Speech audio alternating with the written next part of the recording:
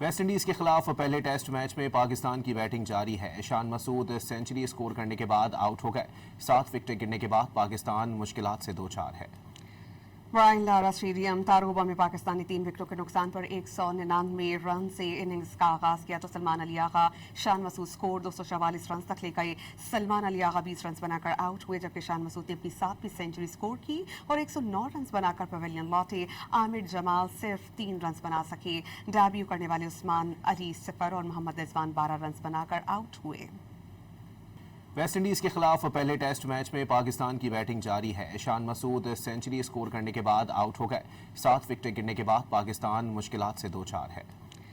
Brian Lara stadium تاروبہ میں پاکستانی 3 وکٹوں کے نقصان پر 199 رن سے اننگز کا آغاز کیا تو سلمان علی آغا شان مسعود سکور 244 رنز تک لے گئے۔